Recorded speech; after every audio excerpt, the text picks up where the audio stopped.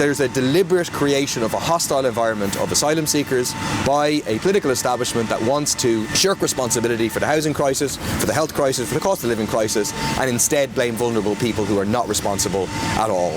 Unspeakable horror of what certainly appears to be the attempted murder of asylum seekers, including 4 children, one of them a very, very young baby, someone pouring petrol on the stairs above which they are sleeping in what looks like an attempt to prevent them from escaping from an arson attack. Horrendous, calculated attempts to kill children and a baby purely based on where they come from.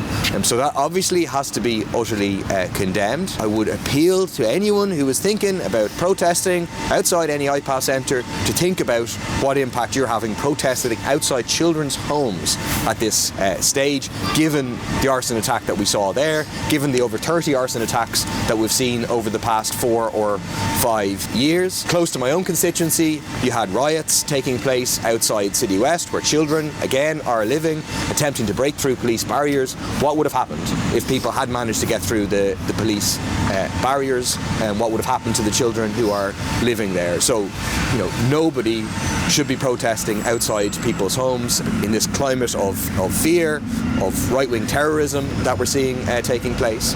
But I also want to say that there is a responsibility here of the political establishment. There's a direct line between the misinformation, as correctly called out by Fintan O'Toole of Simon Harris, the scapegoating by Simon Harris and Micheál Martin of asylum seekers, and the sort of violence that we saw in Drogheda. That isn't to deny individual responsibility for whoever did that act. I hope that they are brought to justice, but there's a deliberate creation of a hostile environment of asylum seekers by a political establishment that wants to shirk responsibility for the housing crisis, for the health crisis, for the cost of living crisis, and instead blame vulnerable people who are not responsible at all.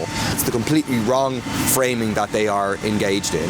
It's incumbent on Simon Harris, Micheál Martin, and other political parties to draw back from their scapegoating of asylum seekers when they look at the consequences of the environment that is being created by that sort of rhetoric, which is utterly false. It's no basis in fact.